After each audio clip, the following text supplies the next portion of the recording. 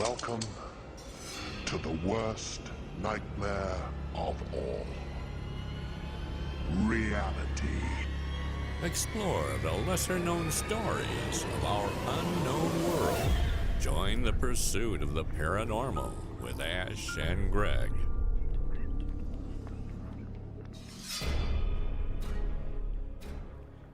Hello, Ash. Hello, Greg. Finally, we're here. How are you doing? Good, thanks. Good. How are you? Not too bad. Not too bad. Trying to get the mic sorted. Fuck, don't even. Very That's a annoying. conversation we don't need to have again. And whilst we're at it, we'll bring Mike in at this point. Mike Earl, Paramike. Mike with a mic. Hello. How are you? At least one of us has got a mic that works. I'm okay, thanks, Ash. You're welcome.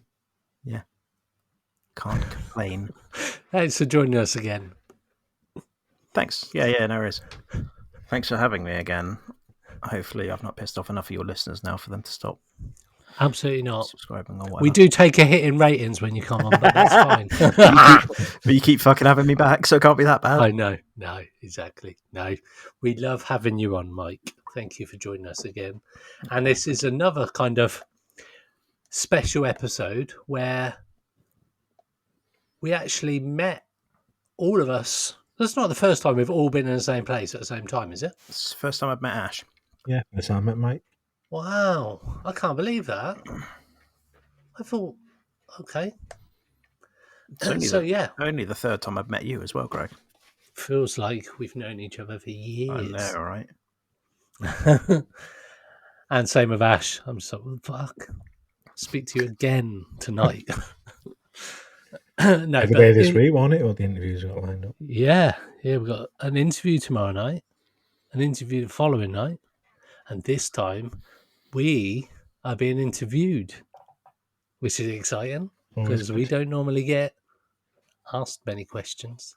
So we are going on a couple of podcasts, Paranormal or What podcast and Paranormal Pendle podcast.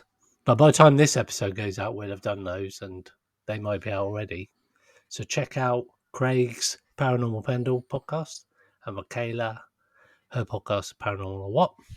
And we will be on their podcast talking about our new book. Yes. I don't think we've actually plugged it on the podcast, have we, properly? What book's that? Paranormal United States by Ash Ellis and Greg Tomlinson. Available on Amazon. Just search Paranormal United States, that's the top result. And also available on our website, paranormal.co.uk. And it's available for a very reasonable price of roughly £12. Indeed. And somebody, big shout out to a particular person with not alliteration. Yeah, is it alliteration where the same thing? Like Alliterations, lots of words that start with the same letter. Yeah. So their name is this doesn't sound right. Alliteration. What are we talking about? P&P. That's that person's initials. They've purchased through the website today, which is quite cool. Shortly, yeah. Thank you, P. Thank you, P.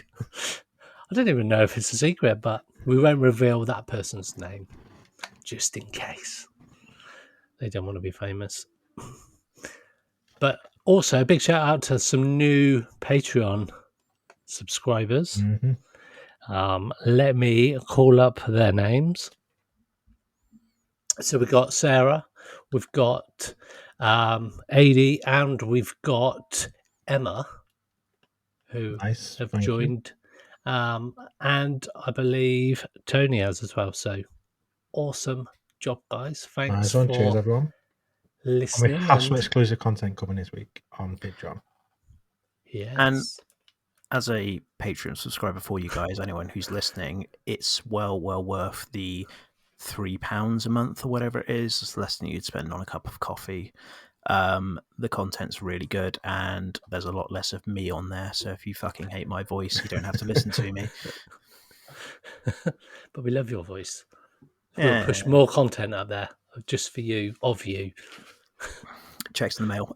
But yes, seriously, it's very good. It's less than a cup of coffee, and if you don't like it, you can unsubscribe or cancel your Patreon. Right? It's worth Absolutely. a punt. Worth And a punt you for can £3. start for £1. You can There start you for go. £1, and you get early access to episodes. Because I'm a baller and I wanted my name read out on the podcast, that's why I went for the £3 top tier option. We're But giving you your own episode. Fuck's sake. What are you on about? put this out on Patreon, so Yeah. I think you missed off Dave as well then. Thank you, Dave. Oh, Dave Smethurst. Yes, Dave Smethurst. Also, how could I forget Dave? We just recently, last week's episode was me and Dave talking because Ash decided he couldn't make it. And we had a very informative chat about crypto terrestrials, which was absolutely mind blowing. And Dave knows his shit, completely knows his stuff. I've not listened to that episode yet. I did listen to your episode with Dave, the previous one that was about the US congressional hearings. Man, that guy's got a voice that I could listen to all day. I know. Yeah, I know. He's a fucking smart dude as well. Yeah. Real smart dude. I was like, Yeah. oh, okay. He is spot on. He's such a nice guy to chat to.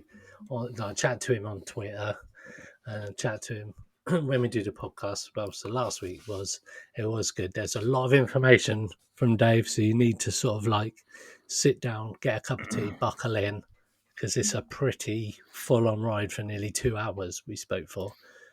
And again, not someone who's quick to put out shitty information or stuff that he hasn't looked into properly. He's very, very well versed in everything he's talking about, which is real nice to hear. On top of, as I say, being very smart about everything and having one of those voices that's just you could listen to for hours. Enough about me apparently man crushing on Dave Smethurst, though. I was going to say fanboy. So recently, yes, myself, Ash, and Greg went to the Stoke Haunted Museum. We did. This was just prior to their jaunt to Chester for My Haunted Hotel. Mm-hmm. And I did kind of ask them off the podcast which one was better, and I'm not going to put them on the spot and say that again now. But yeah, it seemed like a very good night at the Stoke Museum. Yes, it was. It was thoroughly enjoyable. Everybody was super nice. Yeah. And it's the first time I've been out in a while. It was really good to get out in there. It was good to just go somewhere where we know there's been previous you've had previous experience there. Yeah, from absolutely. The video. And I know if anybody goes on your YouTube channel right now, not right now, but by the time you listen to this first, right? But yes, if you'd like to go on to the YouTube channel, Paramike, the latest video where me and my partner Patsy and some other friends, and then Ash and Greg went up there and did our investigation. The first part of that is now up on YouTube. If you'd like to see what happened, so it's not just us talking about it, there's actual video evidence of it happening. And it's super a super weird place anyway, which we'll come on to. But we had quite a bit of activity as well, which was nice. It's nice to go somewhere where it's, and it actually started off quite a cool weekend for us because, like you said, we went over to Chester and we had some good experiences there. So it was actually like a really good paranormal weekend. Yeah, it was.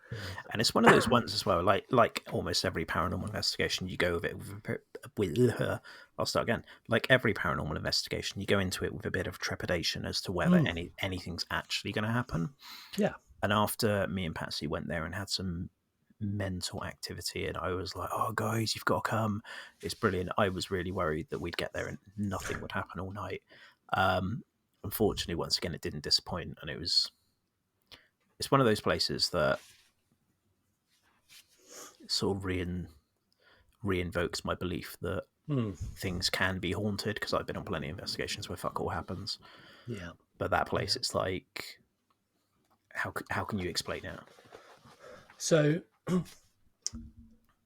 the amount of, because first of all, so it's a museum of haunted artifacts, essentially, isn't it? Yes. And from the outside, it's what was that? Potentially a motorbike just went past my house. Okay, Sorry, I live on a main road. it's all right. It sounded like somebody went woo. I was thinking, okay.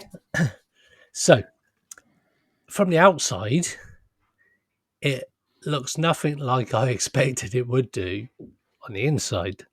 And if I was going to say what I thought it looked like from the outside, if I went to Blackpool down the pleasure beach, that's what I expected. Not in a bad way, but that was the kind of impression I got from the outside. So what the hell is this? It's What, like the whole ghost ride at Blackpool sort of thing, you mean? yeah, that kind Like, of like a weird kind of haunted house. yeah, It looks like a kind of shop that you'd see in a horror film where somebody sells weird shit in there and nobody goes in there ever. And yeah. it's got all these weird haunted artifacts. But it looks like the kind of place that nobody ever goes into from the outside because it's that kind of weird place that's always been there. Nobody's ever been in there. Nobody's ever come out of. So nobody really knows what it is. So that was kind of the first impression. I was like, and it's on a main road. Yeah, it was just so my first impression because I was there a little bit earlier than you guys initially. I was just like, what? Because I didn't even know what it looked like or anything. So I drove past it. Oh, there it is. I knew what it was when I drove past it. But yeah, it was a weird exterior. And from that moment, I was thinking, this could be quite weird. Just like weird boarded up, painted Yeah, so windows and stuff on the front. so for context, it's painted jet black. Hmm. All of the windows are boarded up, and that's fully intentional to try and eliminate as many drafts as possible, and try and cut out some of the noise as well. I think they are, from what Craig the owner was saying previously, I think they are insulated, so it's to try and cut out some of the noise as well. But yeah, boarded up to stop drafts as well. And yeah, it looks. If you didn't know what it was, you'd be like, "What the fuck is that black building that all the windows are boarding up with?" Like, very, very odd looking from the outside. Definitely. Just odd place. Intriguing, but odd. Yeah. So do you know the history of the building, Mike? I know a little bit from what I'd been told previously. It alleged or apparently was an undertaker's at one point. There Story are checks out. yeah, there's definitely links to people dying within the building. The notable ones are apparently there was a young girl that was thrown down the stairs, which seems somewhat relevant because there was a lot of activity surrounding the stairs. And then there was a woman who tried to kill her 5 children and only succeeded with 3 of them. And she was like the police sergeant's wife, a local police sergeant's wife. And when we were told this first time round, we had an air of skepticism, like, yeah, that sounds kind of like it's bollocks. Because as a place that is an attraction as such, it's in the owner's interest to make it sound spooky or like horrible things have happened there. And then on the drive home, and this is the first time we went, just to clarify, on the drive home, Patsy was Googling it in the passenger seat of my car, and all I hear is, oh, fucking hell, it's real.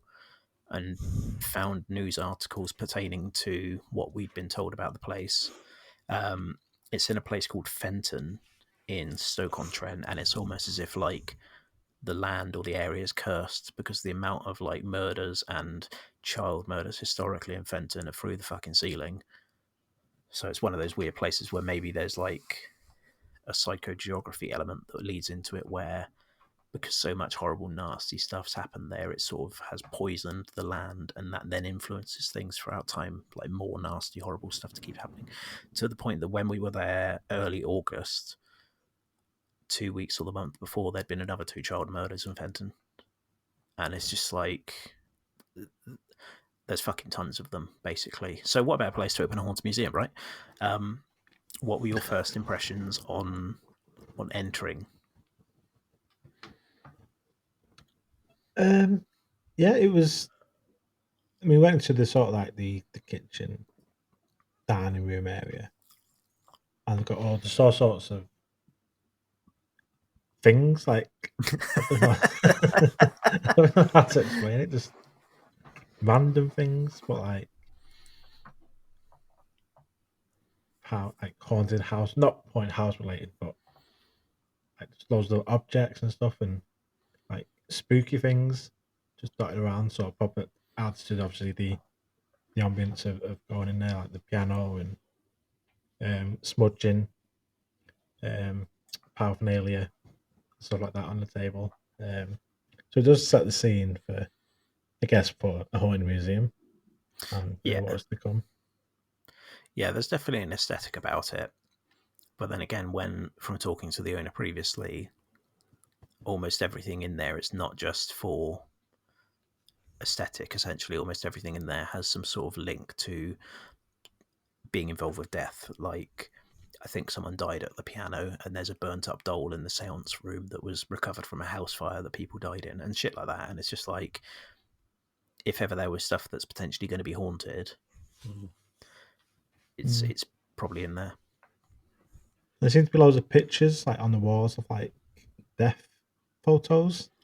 Yeah. Where they like when a child would die, they'd have a portrait taken because it was the only chance you had to have a photo. So the walls just quite a lot of dead kids and pictures, I guess, Yeah. dotted around the building. And it's a funny one because although it would be very easy to look at that and it to be unsettling, and then that to influence thinking that minor things that happen constitute it to being haunted. But then it's not necessarily minor things that happen. Like, as I say, it's some of the best activity I've ever experienced is within that building, which is, I mean, perfect storm of haunted building plus haunted items, I guess. But yeah. And there was a table full of stuff that used to belong to Ed and Lorraine Warren in there. Yeah, they seem to have quite. They had the front door from 30s Drive propped up against the wall. So lots, like I say, lots of paranormal related things in there that have some sort of connection or history with, like I say, death or the paranormal in some way. Yeah, for sure.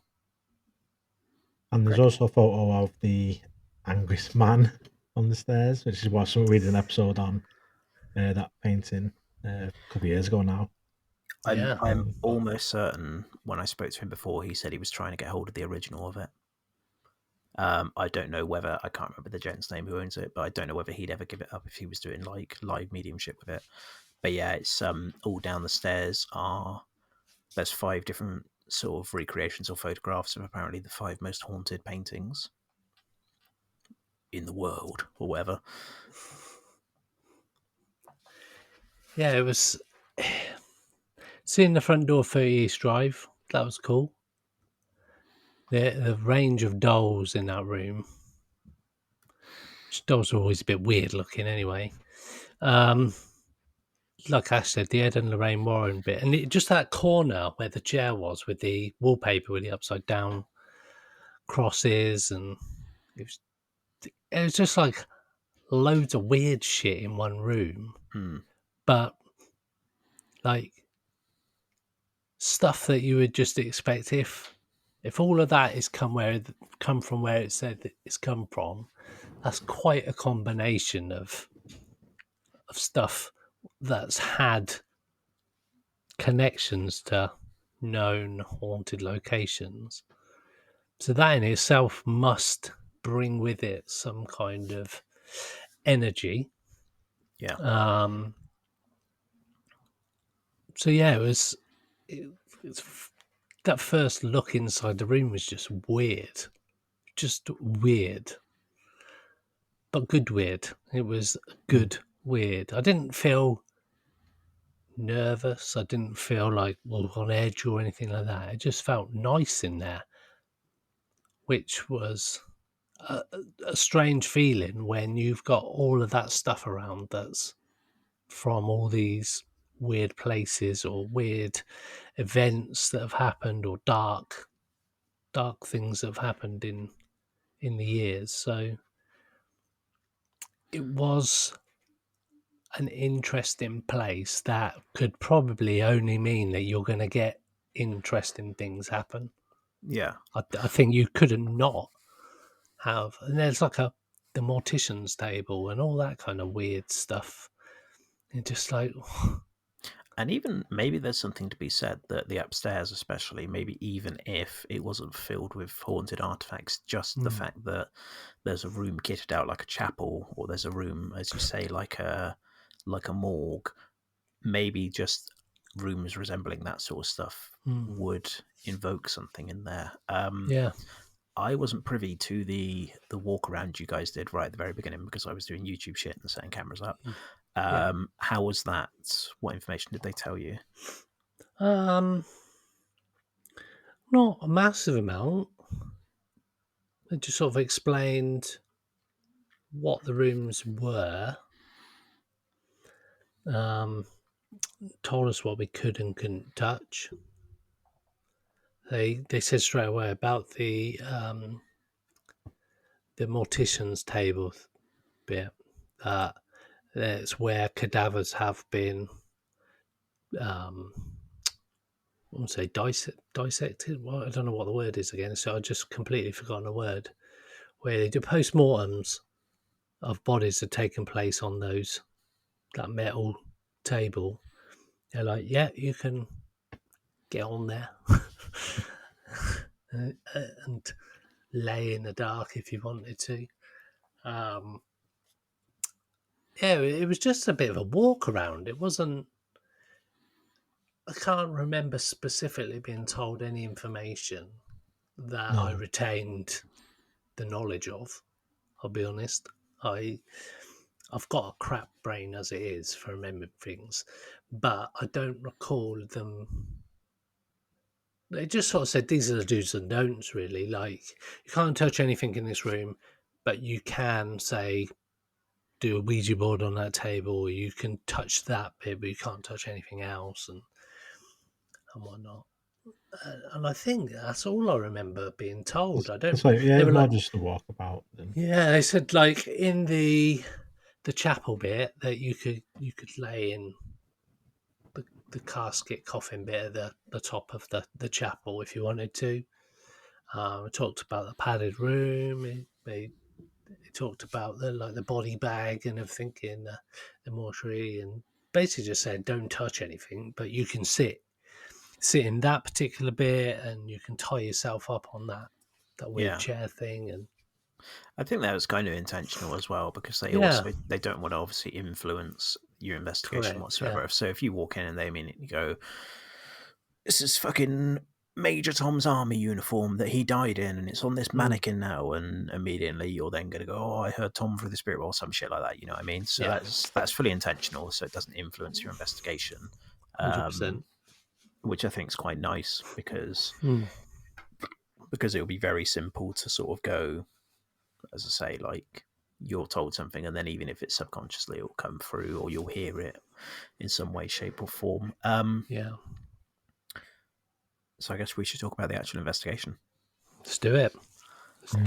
So we sort of started in the main room with the conjuring corner, as they call it, which, as Ash says, is a bunch of upside down crucifixes, an old telly, and a chair that you're no longer allowed to sit in because apparently some people got very panicky or started feeling tight chested and short of breath in there, which I believe someone's died in that chair. So they're a bit like, you imagine the insurance on that if someone dies in your building.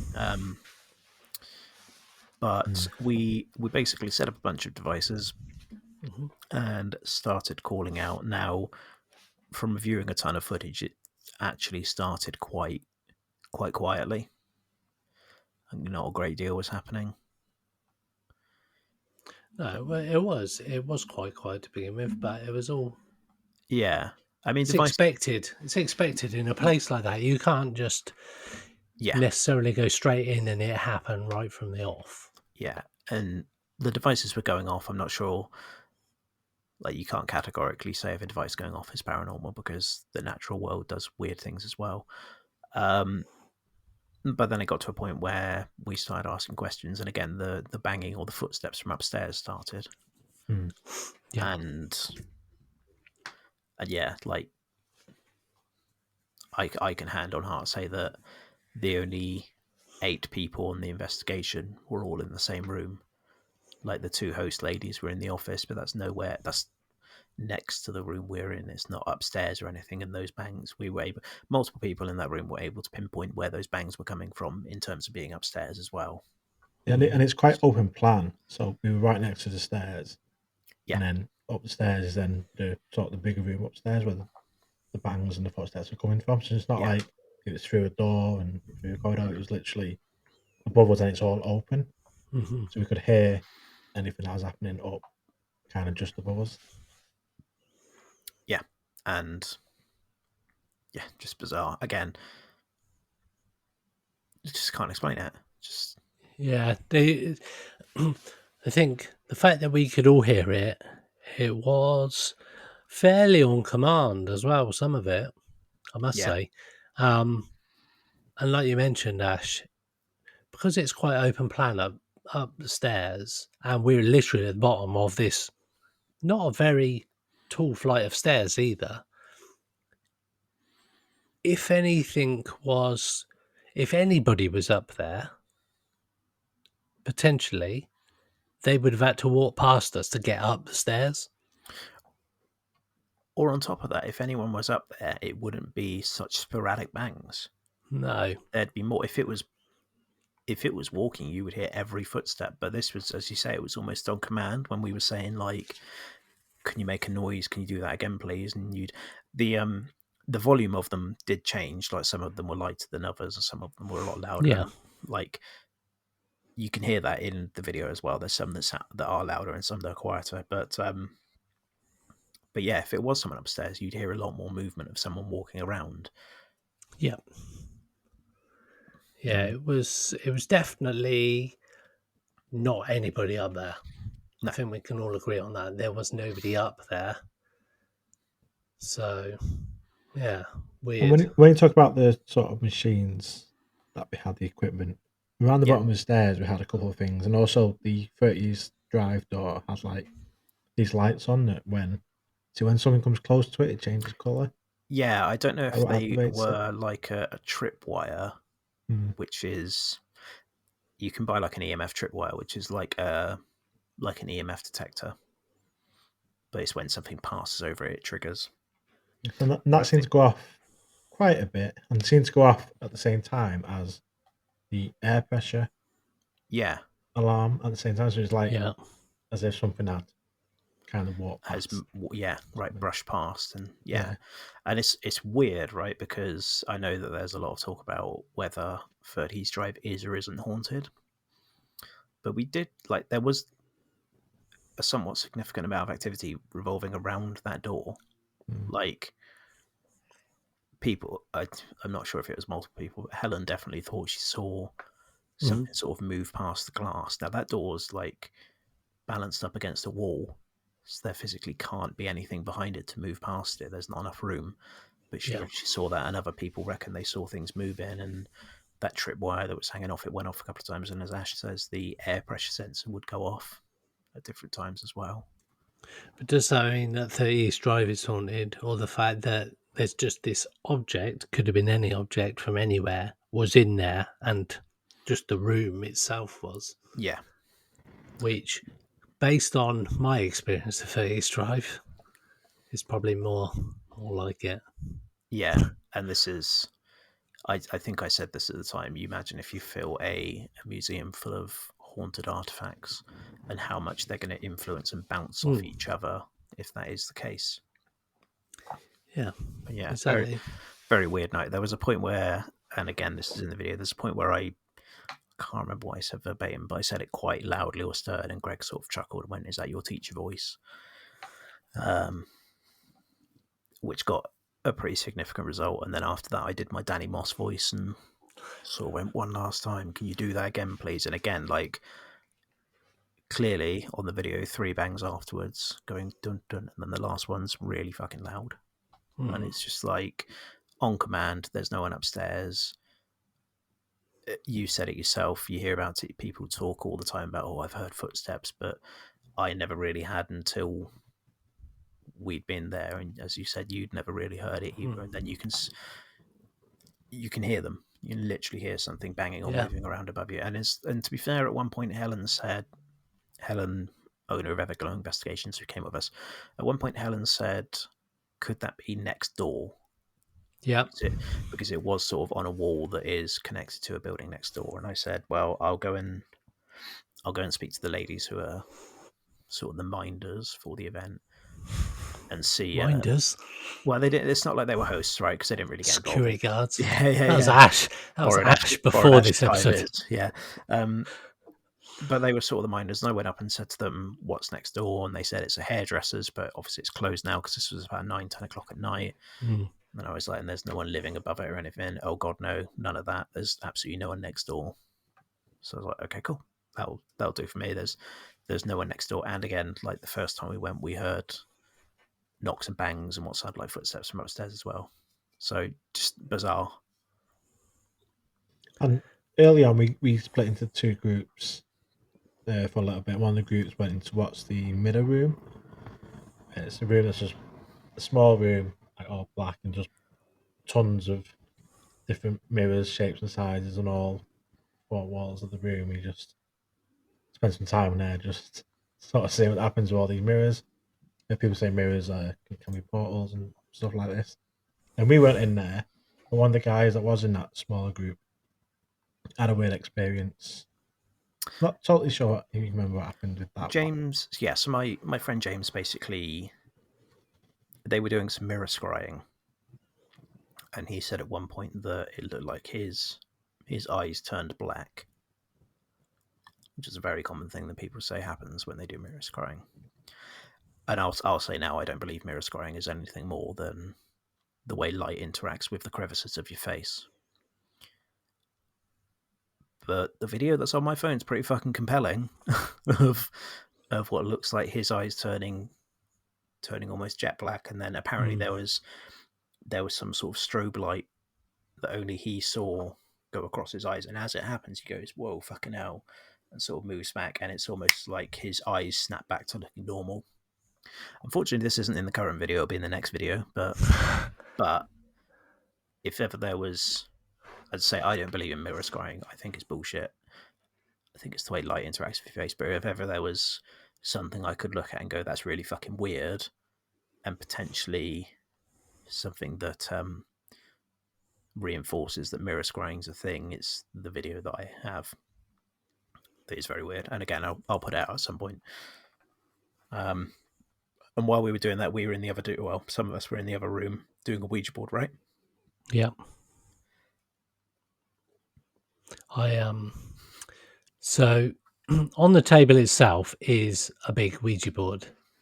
A giant one. With the planchette as well, ready to go. Which I'm bang for using any Ouija board. I don't mind. But Helen wasn't overly keen on using that, to say the least. Because in her words, she didn't know the history of the board or anything. So I get that. I get that. They don't want to use a board that's not been blessed and all this kind of stuff. And as we quite rightly pointed out, how do you even know that the blessing works? That kind of thing. So it's... Yeah. I think with a Ouija board, to me, it's just a vessel or device for trying an experiment. I know there are episodes out of programs that completely debunk them, which is cool based on that night's sort of viewing. That's cool. I've seen a Ouija board move, not very fast. It's basically crawled along, and it may as well have not bothered. Bit rude for whoever was on it, mate. Yeah, it was in a house in a little village near where I currently live now, in a private house in Stonesfield, and nah, wasn't impressed. But we decided to use this other board. As I say, I theoretically I should have just said I wasn't going to use it either, because for the same reason I don't know the history of either. But Yeah, I mean, it's Helen's board, and she knows that it's yes, been blessed and everything else. And I was yeah, probably a bit overly critical with my I life. wasn't going to mention you. I didn't mention you at all. No, I know, but in hindsight, I was probably a bit overly critical, being like, "Well, how do you know it's blessed properly?" And that's because Yeah. I don't believe it. And at the end of the day, it's fucking paranormal investigations, a belief-based thing, and if that's what they believe, cool, that's fine. I'm not gonna. It's not cool to try and force someone to use the big board or whatever. No, exactly. And I mean, I'm absolutely with anybody who doesn't want to do anything they don't want to do on a paranormal investigation, because if something was to go wrong or something bad was to happen, whether spiritually or just normal, I mean, that I don't know how you can sort of really live with yourself after that. So if Yeah. somebody doesn't want to do a Ouija board, when I was growing up, I would never have touched a Ouija board. Just based on all the horror films I saw, I was like, fuck that, I'm not touching that, because that's, you're opening the portal to Satan himself, and all manner of weird stuff's going to happen. But as I've grown older, and I recognise myself that everything's based on what you perceive could happen. It's all about how your mind deals with stuff as to whether or not you believe you're going to be affected by anything. And my mind's completely open. I'll just go with it, and I'll have a go. I'll have a go at any experiment, as we will talk about with that mortuary slab. I mean, I'll go at. I'll give anything a go, and just a note on Ouija boards as well. I think you were 100% right. A lot of it seems to be, and I haven't used one, but from my experience of witnessing them, a lot of it seems to be intention setting. And if people go into it, not necessarily with the intention, but thinking that something evil or dark is going to come through, well, hey, guess what? Something, air quotes, evil or dark comes through, and that could, again, lead into the idiomotor effect that they're subconsciously influencing it. Yeah. But yeah, I think intention setting is a massive thing. Yeah, but could it be that the fact that I'm just like, I'll give it a go, I'm not expecting anything to happen because in the past nothing has happened? Yeah. Does that kind of close that side of it for me, so that my body doesn't subconsciously move anything anyway? And subsequently, almost nothing did happen on the board when you guys used it. So it's just like, well, it's not going to Again, happen now, because you're consciously forcing yourself to control your subconsciousness. Whereas I think if I was to go in there after doing some kind of relaxation technique or something like that, or maybe at the end of the evening, rather than sort of fairly early on, when I'm sort of almost in a, not a hyped up mood, but you're kind of like, oh, you got this excited energy in you because things are happening that you haven't experienced before. You're in a place where I laid in a coffin on my own, talking and trying to get EVPs, all that kind of weird stuff, which probably at the beginning of the night you're not really up for, because you're just trying to get a feel for the evening. And apart from you three and Patsy, I didn't know anybody else in the room, so you kind of almost trying to figure out everybody in the room as well, because whilst they're friends of yours and you've worked with them before, they're still new for me. So there's still you're almost. I felt I'm almost sort of, although I'm there, I'm kind of a step back from where I am, because I'm kind of almost sort of watching what's going on. Yeah. To get a feel for everybody, because I've been to 30 Years Drive, and there's some absolute fucking muppets there talking about how they love Most Haunted, that they can't believe the amount of activity they get on Most Haunted. And even the woman who was running the night was like, you do know they fake a lot of that, don't you? and this couple were just like, what? It's like, yeah, they fake pretty much everything. And it was like you just stabbed them in the heart with a dagger. Yeah. And you're right, like, although I can vouch for everyone who was there, because you're right, I've worked with everyone before, I knew going into it that, like, there being a sense of apprehension with people you've never met before, and especially like, and this is nothing against them, but especially James and Dara, who aren't paranormal investigators, they're just very good friends of mine. But very nice people. Mate. Fortunately, they know how to act, and they're not jumping up and down. And no, they didn't. James gets fucking scared over the slightest thing, but that's hilarious rather than it being an issue. But yeah, like, even though, like, they didn't know what a lot of the equipment they didn't know what a lot of the equipment did, which is absolutely fine, because me being shit, I didn't explain it. And that's actually a positive as well, because they don't know what to expect to come out of that. Yeah. Which is good. But yeah, like, for people who this isn't like a hobby and they've not been on tons of ghost hunts, they did really, really well and acted great, or acted perfectly. And again, like, I know you guys would have apprehensions with Helen and Dot, who you've never met before, but they run an events company, and I trust them implicitly because I know that they're not an events company, but ham shit up or try to embellish things as being paranormal when they're not. And like, and fucking Helen, of all people, to be the one to come and go, yeah, but how do you know those bangs are next door? It's like, yeah, fair enough. Like, you're not just going to take us going, oh my God, you hear that? Fair play. Yeah. And it's good that it isn't somebody just going wild at every noise without thinking, okay, what could it be before we all agree on what we think it could be, or what it could possibly be. It was a very good group.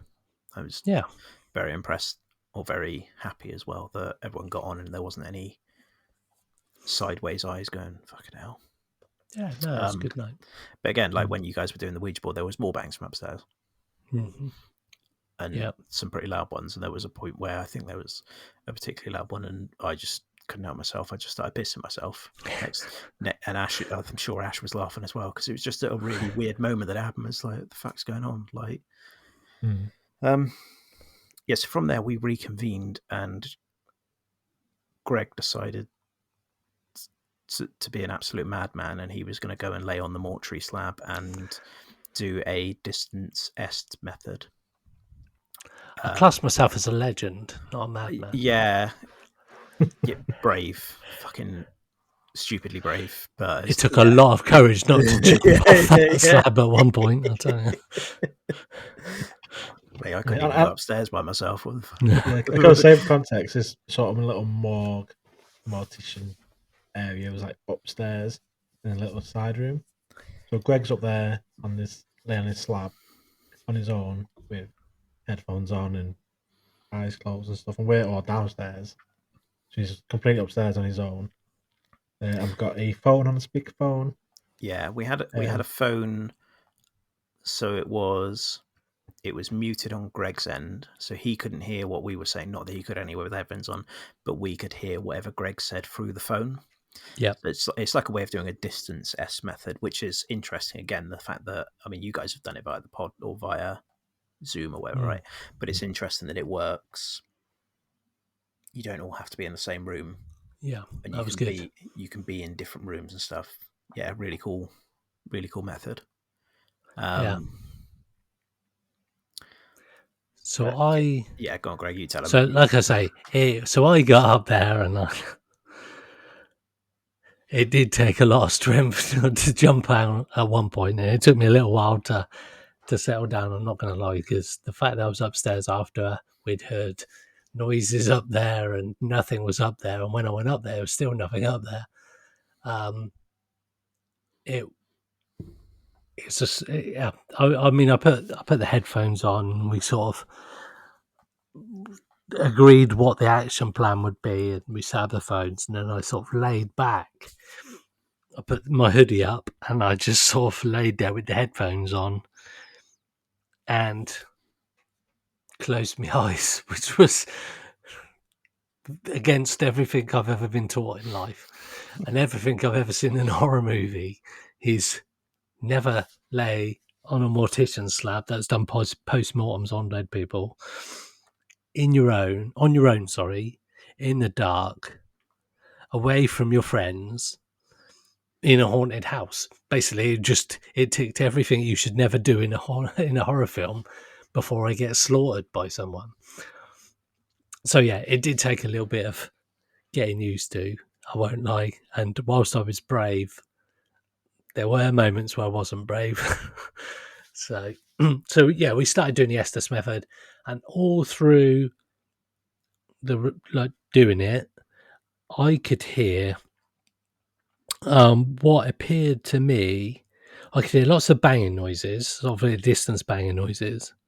But I could also hear, like I described to you, it sounded like when you go to a wedding, particularly, and you're in the church or wherever, and there's like somebody playing a harp or somebody playing a piano or somebody playing like a guitar type instrument, almost like one of those like plucky kind of instruments, like a harp or a guitar, like that, where you sort of pluck the strings. And pianos have got that bit, like a staccato type of sound. So it's all like, oh, good word. Yeah. All of those sort of, I'd done a GCSE in music, and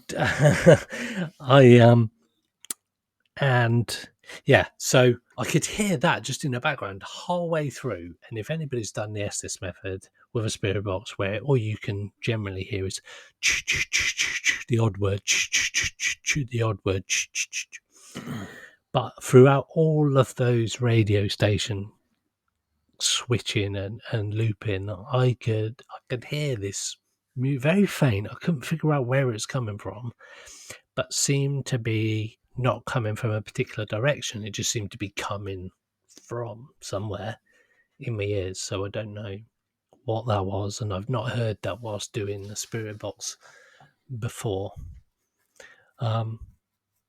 Had words come through, and I just said them like you would do with any Estes method. You just say the words, and hopefully it relates to anything that's being said. But because it's a very one-way communication device, and the person who's listening to the headphones has no real perception of what else is going on, it can take a little while to sort of, your body and your mind and your head and your ears just zone in on that, and it can be almost hypnotic to a point. And I'm sure I've said it before, it gets to a point where you're not even necessarily conscious of the context of the words you're saying. You're just trying to listen so hard that anything that comes through, you say it. There was a point where, we'll backtrack a little bit. Wedding music. So there was a guitar. I'm not sure of what the hauntedness of the guitar is, but there was a guitar propped up against the wall, the other side of the wall to the morgue area that Greg was in. There was a piano downstairs, and Craig, the gent who owns the Haunted Museum, is actually an ordained minister, and you can get married there. And I think he has hosted weddings there as well, which weirdly ties into what Greg's saying about like plucky music before a wedding. And again, that could be just a shit coincidence that doesn't mean anything, but it is something interesting coming up. Anyway, while you were doing the Estes method, there was a point where you said Mike, and in true, apparently me and Greg have got something in common. So whenever something happens paranormal, we just sort of go, fuck off. And again, you said Mike, and I went, fuck off at the table downstairs, because I'm just like, no, thank you. And yeah, there was quite embarrassing to watch those video clips of me back, and I've said it on every fucking occasion. I'm like, fuck off. I'm like, oh my god, what's my catchphrase? But yeah, there was some other things as well. I can't really remember them, and again, this will be in sort of the second half of video or the second video, but there were things that lined up. Like there was a point where Patsy, she just kept sort of going. She was being quite quiet, but she kept sort of going like, "Can you make a bang upstairs? Can you say something through Greg?" And just kept talking and talking and talking stuff. And then at one point you go, "Stop saying that," out of nowhere. Okay. Yeah. And then towards the end, you go, "This ends," and then said that you heard some sort of laughter. Oh, absolutely. Yeah. And then not long after that, like it fell flat, or you felt as if something was like jiggling your foot or grabbing hold of your foot. Yeah, and again, something grabbed or touched my foot or something, because I freaked at that point. That was me done. And again, the phrase coming up, "This ends," just before the session got ended. And it's just like there was some weird things that lined up like that, and there were some other things as well that was just like, what the fuck? Yeah, it was a strange experience. I will not lie about that. It was just the thing itself was weird. There was a hilarious moment as well where I think it was really early on. We could hear movement, and we were like, "Whoa, what's fucking going on?" And then you're like, "I can hear banging through the headphones." We were like, "Oh, okay. Do you want to carry on?" "Yeah, I'll carry on. It's fine." And you were so nonchalant about it. It's like, "Oh, all right, fucking hell." But yeah, bring it on. Madly brave, mate. There's no way you'd catch me doing that. I tell you what, in for a penny, in for a pound. Yeah. On top of that, myself and Ash also did lone vigils in the asylum room. No, almost nothing happened when I did my own one, but that's also because I was that shit scared. I didn't actually do any calling out, so I just sort of sat there for 10 minutes in pure silence, looking around the room with my finger on my torch, ready to go if something potentially moved or anything like that. I think at one point I heard a bang from like an adjacent room, but tried to not pay too much attention to it because I was like, no, thank you. But Ash, what did you experience on your lone in the asylum? So I know what Greg said, in for a penny, in for a pound. I was really apprehensive about doing it because I've only done like a couple of panel investigations. So it's all still pretty new to me. So throughout the night, I kind of sort of had a bit more of a step back and sort of followed the lead of others. But Greg had just done his morgue bit. He was like, "You want us to go up next?" So I was like, "Go on, I'll go up." But instead of like, so where the morgue bit is kind of at the top of the stairs and to the side, whereas the asylum room is, I go up the stairs, across the main sort of museum bit, through the chapel, and then into the asylum. It's at the back. So you are kind of more isolated. Because like when we did, I think at one point we ran up to get Greg, because I think at the end, it's like someone's grabbed my foot or whatever. We ran up, so we can literally be there like in a couple of seconds, just upstairs.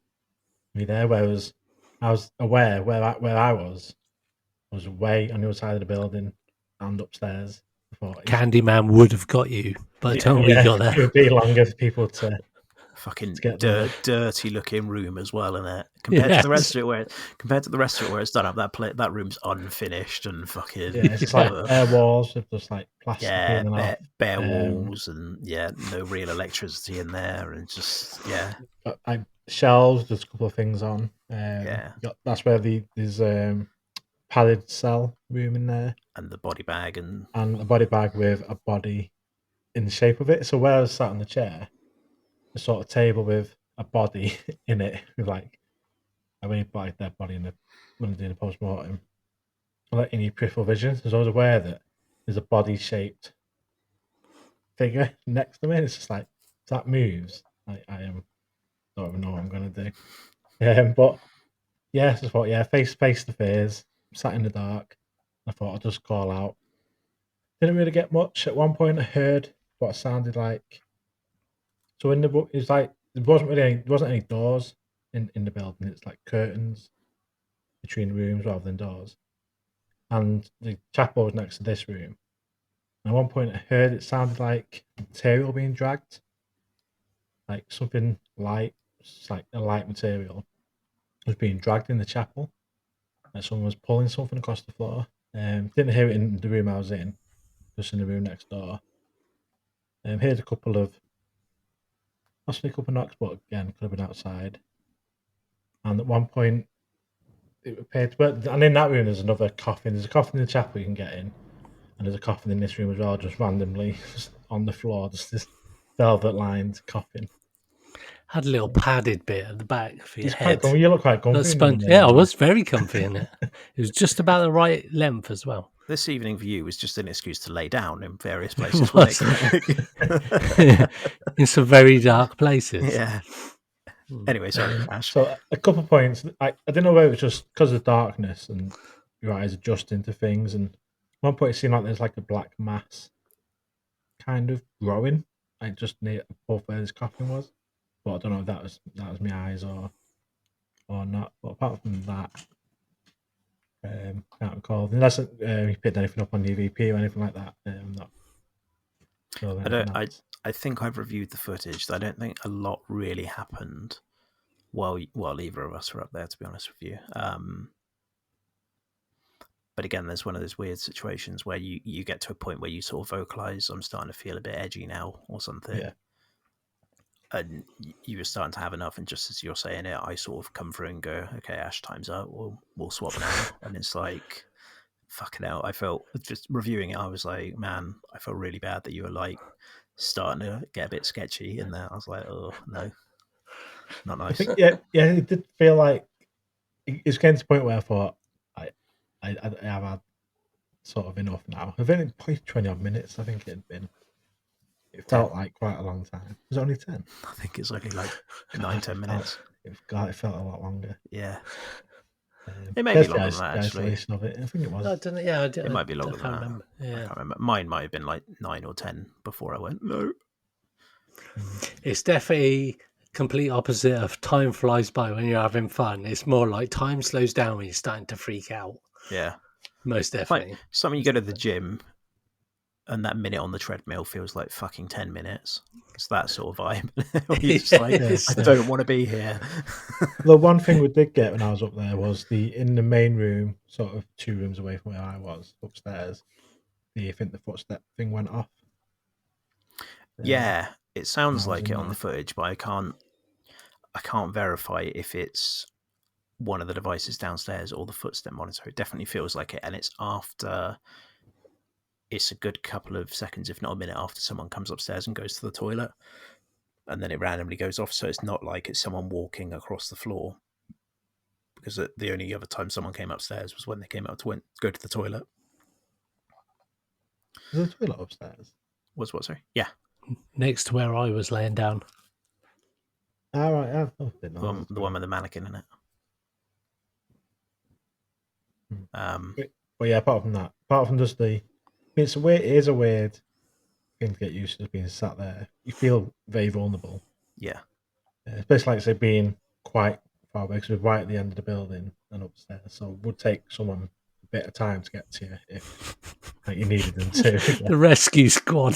Or if you needed to get out of there. Like, I didn't have a torch or anything on me, so I'd have been like in the dark trying to run through the maze to get out. You're right as well that it's also, there's only one way in and out of the asylum room as well, right? Yeah. So it's not like there's an alternative route you could take.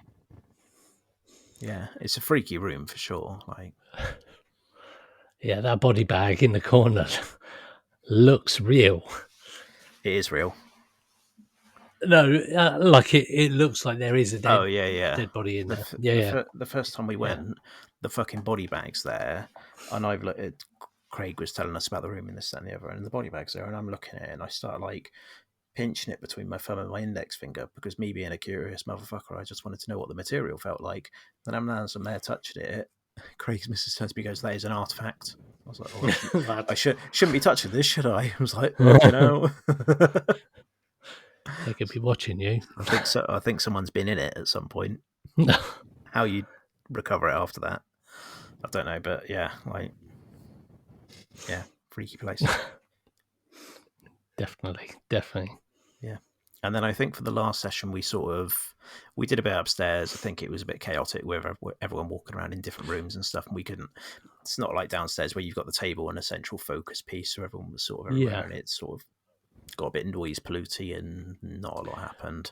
I definitely felt that when we were upstairs, it felt like a bit of a a shift. It didn't feel like it did when we were downstairs. Not that downstairs felt or like eerie or anything, but I just feel with all of us being downstairs, I do feel like a lot of it was centralized upstairs. Yeah.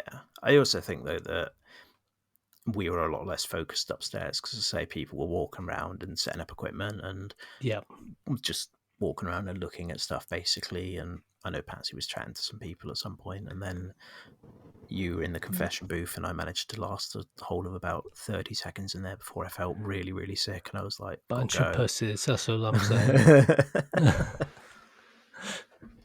Yeah, I had about 2 or 3 different people in the confessional box next to me. Yeah. And then finally, when we were about to finish up, we all sort of went into the main artifact room, and fortunately, it all sort of quietened down, and we were able to do a bit more calling out and see what happened. And again, Ash has got footage of this where someone says something about, "Can you do something on the stairs?" One of the bottom stairs creaks, and I go, "Fuck off," in true fashion. Those stairs do creak once people have been up or down them, but it's normally a couple of seconds after you step off them. Yeah. And we'd been upstairs for a good half an hour, 45 minutes. And it was, again, 100%. After someone said, "Can you do something on the stairs?" and they creak.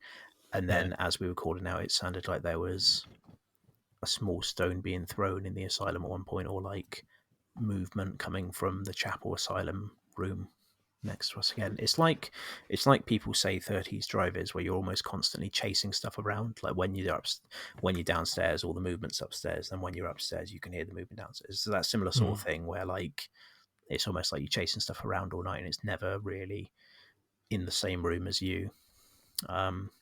Saying that, if I was to go back, I think I'd definitely set my locked off camera up in the main artifact room, because the 2 times we've been there, that's where we've heard the knocks and the bangs coming from that room. Yeah, I think that for me, that room was the point of interest room for me, for definite. Like you say, when we went through to the chapel, where we went through to the asylum bit, it almost felt like it was just a themed room to me. Yeah. And I know that isn't strictly the case, but that artifact room, the main one upstairs, like when you're looking on the wall and there's like these execution swords and all manner of very dark objects, then it's easy to understand why we probably heard stuff up there, because it was just the atmosphere as well. Yeah. That's, again, that room's where I suppose the most concentration of artifacts is as well, right? Like the chapel. The chapel's got a couple, but nowhere near as many as that room's got. It was definitely it would be good to go back again, even like a smaller group, like you and Patsy went, just so then you've got even more control over the whole area. Like you say, right at the start, we were all downstairs, we were all in the same room, and whilst people did go off to the room to do some of the scrying and whatnot, we were all downstairs, so we could eliminate anything upstairs. Whilst we were all upstairs, because it's quite a big wide open space, be it across a couple of rooms, we had less control. And like you say, it was a bit more people. We were walking around, sort of trying to find good places to be.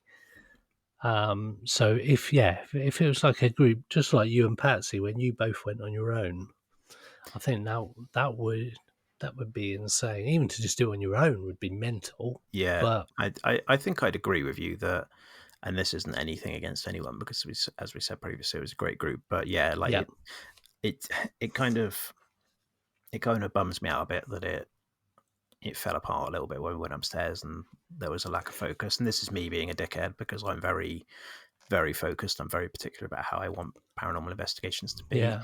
But you're right, with less people, there's less people to manage, and then it's a lot easier to have like 4 people focused or whatever, and then you've got less fuckery for And it wasn't a slight on the evening at all. I think it was No. because it was quite late by that point as well, and we were.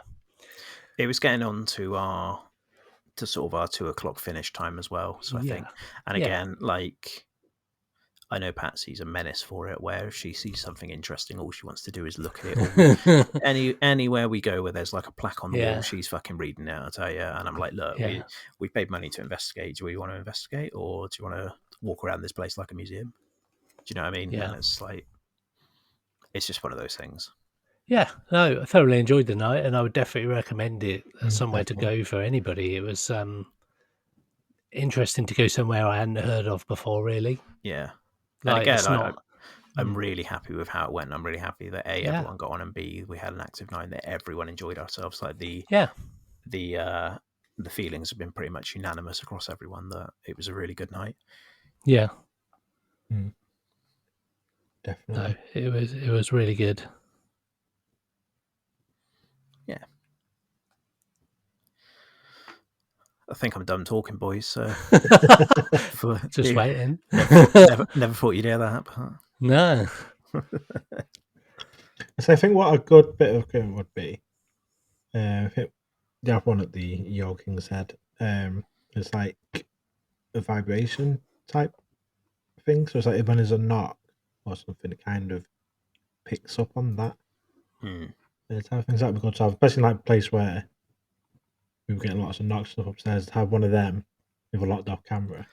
Well, that's what my footstep sensor does. I think they're called, I'm probably going to butcher this, I think they're called like a geophone or something, which is basically like the vibration sensor is what they are.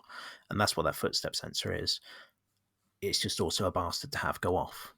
We've only ever had it go off once in the entire time I've had it and used it, and that was ironically the first time we went to the museum, and there was that bang so loud that it set a fucking vibration sensor off on the stairs when the bang was from upstairs.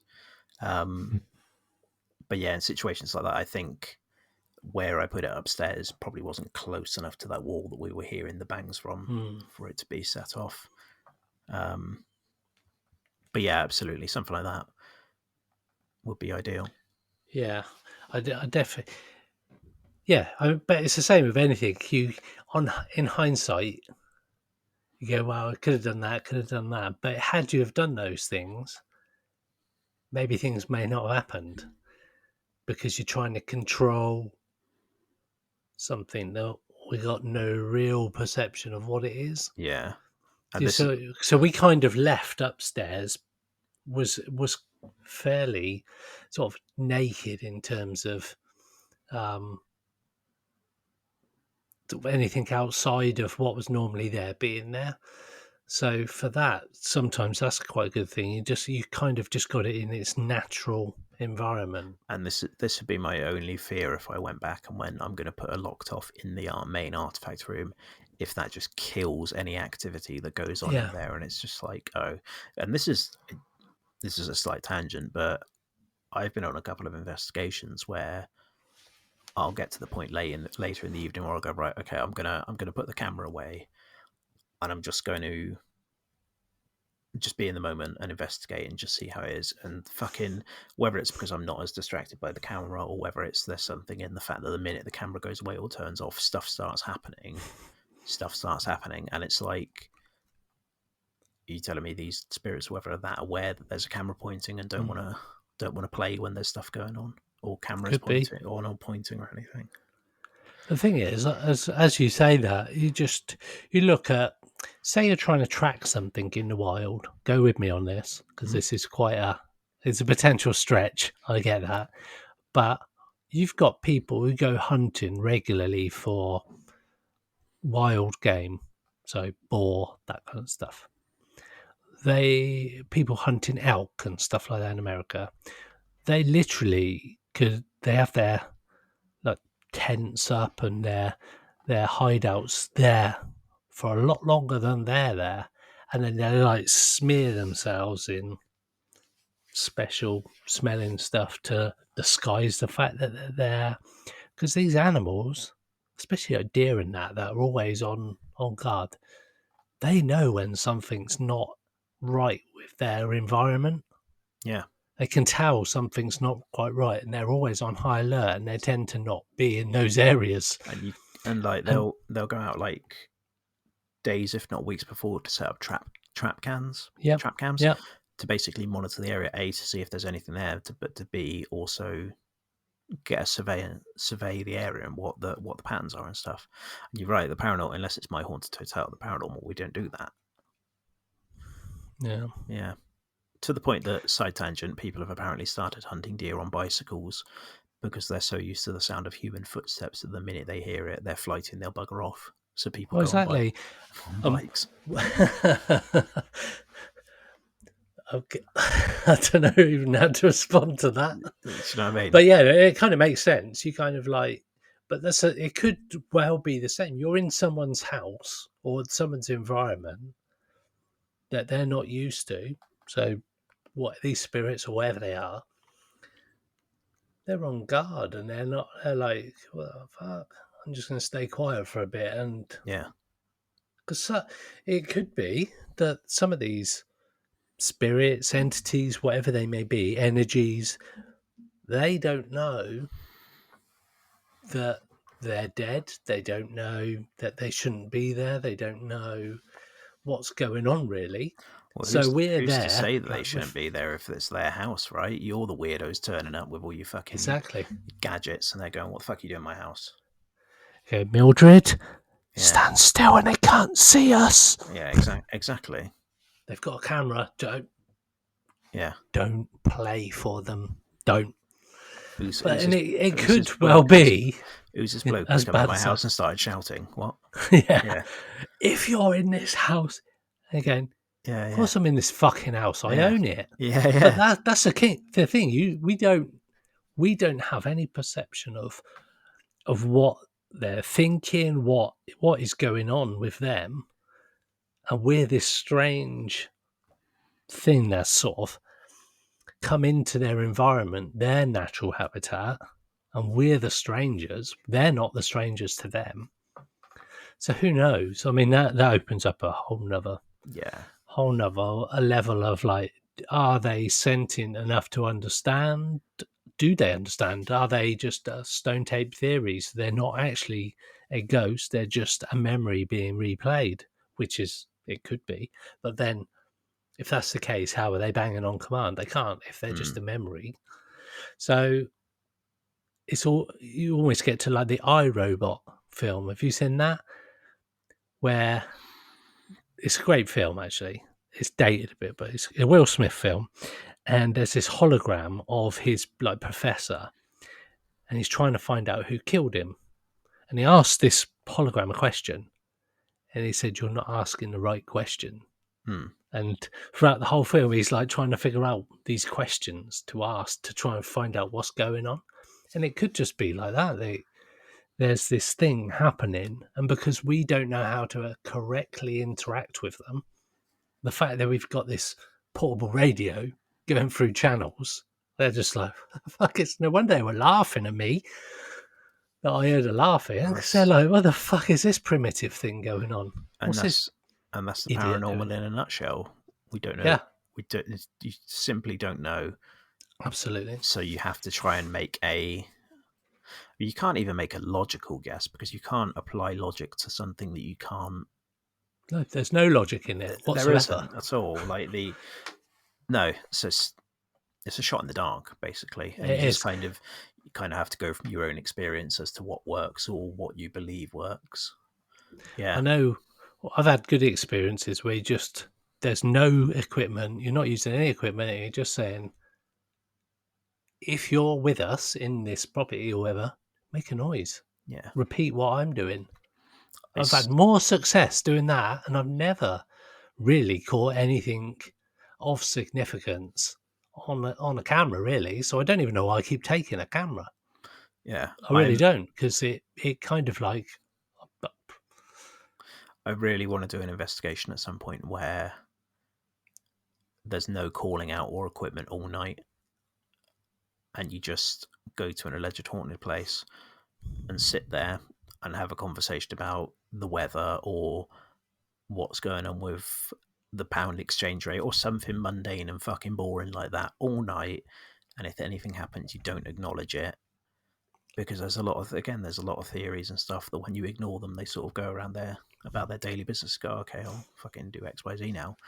And by not paying attention to them, that's when activity starts. It's just, again, it's one of those things to try. Whether it would happen or not, it would have to be the right place. Mm. But yeah, It's entirely theoretical. None of us know what we're doing. No, it is that, isn't it? There's nothing really scientific about any of it. I like that. I like that one. Just go and chill out in a haunted house. It, like when you ignore a crying baby so it soothes itself. Like just I just let it do its thing. Forgive me for a random story I heard that I'm now retelling. I'm sure I've heard about a family a group who rented 30 East Drive and did exactly that. They didn't do any calling out or actual investigation all night, and they just sort of played Scrabble and sat around and had some food and stuff. Yeah, pretty much. And apparently they had some pretty good activity. Something to be said about that, isn't there? But then it kind of feels like you're wasting the opportunity. Do you know what I mean? This is exactly it. I wouldn't want to pay a private rental fee to then just go somewhere and sit around talking about the weather or the stock exchanges or whatever. You know what I mean? Yeah. Anyway. Cool. We go to Ash's basement. A few hours. If there's one place that will freak you the fuck out, it's Ash's basement. That one's free. Yeah. I don't know. Yeah, it's the weirdest place you'll ever visit in your life. Indoor buildings? What the fuck? From the pictures you sent me, mad. It's even weirder when you get there. It's like, what the hell is this? And it feels like you should be killed when you go around a corner. It's that weird. I'm surprised you're not down there every weekend, Ash. I should do. I still think it's the whole being on my own thing. Does your partner do it with you? Only when asked. He does. But whether I said let's just go down there and do it, I don't know who would. Yeah, because that's like if that's a legit haunted, that's a prime area to investigate and just be like, mate, if it was me, I'd be irrespective of what Patsy thinks, I'd be down there all the fucking time. You say that, but if you go, I don't think I'd go down there on my own. Get out quickly would be very dangerous. Yeah, dangerous. Yeah. I walked through one bit and the roof was so low, and I fucking took it to the top. Nearly split my head open. Yeah, like low beams and like. Honestly, it was like this. I don't know what it was, like a wire cable thing. You got to climb through walls. It's not like it's climbing through. It's not. Yeah. It's very weird. And then you're putting your torch in this hole in the wall, and there's like this very weird weird room with cobwebs all over it, and like a step ladder that's been put up, and the step ladder's the same height as the room. And it's what the fuck is there a step ladder? Wait, what? You can't even stand up in it, let alone climb it. Yeah, it's proper weird. When you're up for the UFO con, minicon, right? Yep. When you're up for the minicon, Ash, do a live stream from the basement. If you can, do a live stream from the basement just to be like, oh yeah. I don't think we can get Wi-Fi down there. Yeah, can we? Probably not.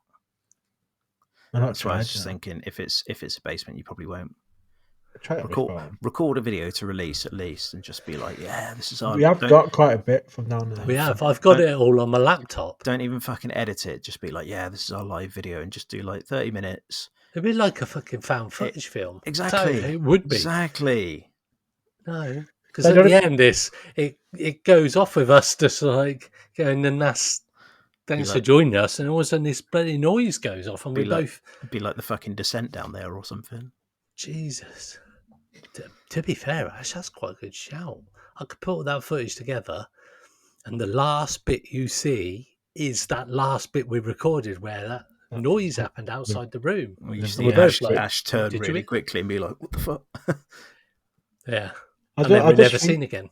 I was just thinking, saying that, because like, I believe that possibly, so from what I can gather from what I've researched is that, because I know for definite sure, houses on the street just running alongside were destroyed in the war and rebuilt, they're bombed.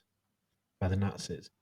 So this building could potentially have been the same, and that's why there's sort of these outside buildings in the basement, and they're built on top to what the building is now.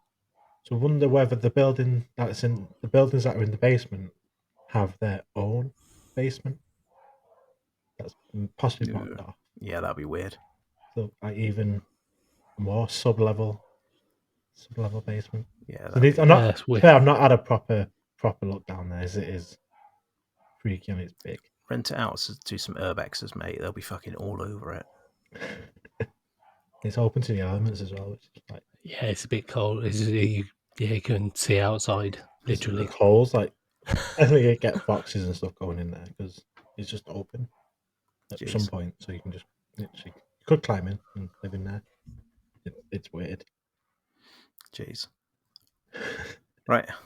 Seems like a good place to end there, guys. Yeah. I was about to say I think we should wrap up because it's about 20 minutes over what you normally aim for. That's all right. You wait till you start speaking to Dave Smithers. Yeah, but the last 20 minutes is going on Patreon. Yeah, it will. I'll cut it. I'll do the ending. Yeah. We've done that. I'll do the ending. I'll chop the ending to the. Yeah, for sure. I'll cut out the bit where you called me all the great names, that kind of stuff. So people who listen to this won't hear that bit. They'll only hear this bit of me talking about you saying that you called me all this good stuff. If you want to hear as always, Mike, it has been a pleasure. Even if we did have a bit of a technical issue before we came on air. It's all good. It worked. It's all good. It was, It's fun, as always, guys. Yeah, always good to be on. It was lovely to see you again, Greg, and very nice to meet you, Ash. Always a pleasure. I'm glad we had a very good night at the Stoke Museum. We did. It was great. And everybody, get yourselves down there. Support what is a haunted venue by sort of medium of the fact that it's got all this haunted weird artifacts in there. I don't know if you can hear my dogs going, so I do apologise. Yeah, a little bit. The most genuinely haunted venue or location that I've investigated. You should definitely go on it. While you're there, pay your £3 for your Patreon subscriptions to Pursuit of the Paranormal, and head on over to Paramike and check out the video if you would like to see more content around the Haunted Museum, as well as many other haunted places in the UK. We'll put your link tree on. Peace out, guys. See you later. Catch you later. Pursuit of the Paranormal with Ash and Greg.